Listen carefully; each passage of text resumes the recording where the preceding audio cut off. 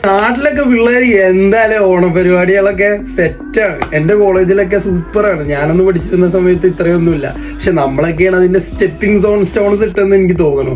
നമ്മുടെ കോളേജിലൊന്നും പണ്ട് ഓണപരിപാടി ഉണ്ടായിരുന്നില്ല. നമ്മളൊക്കെ ചെന്നേ പിന്നെ ഓണപരിപാടിയൊക്കെ സ്റ്റാർട്ടായി. ഇപ്പൊ വേറെ ലെവല് പിള്ളേര്, ഒരു രക്ഷയില്ലാത്ത പരിപാടികള്. സൂപ്പർ.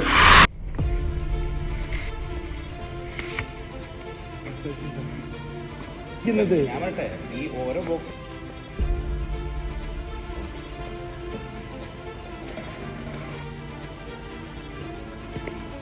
നോയില് വന്ന് ഒന്നാമത് ചുമ.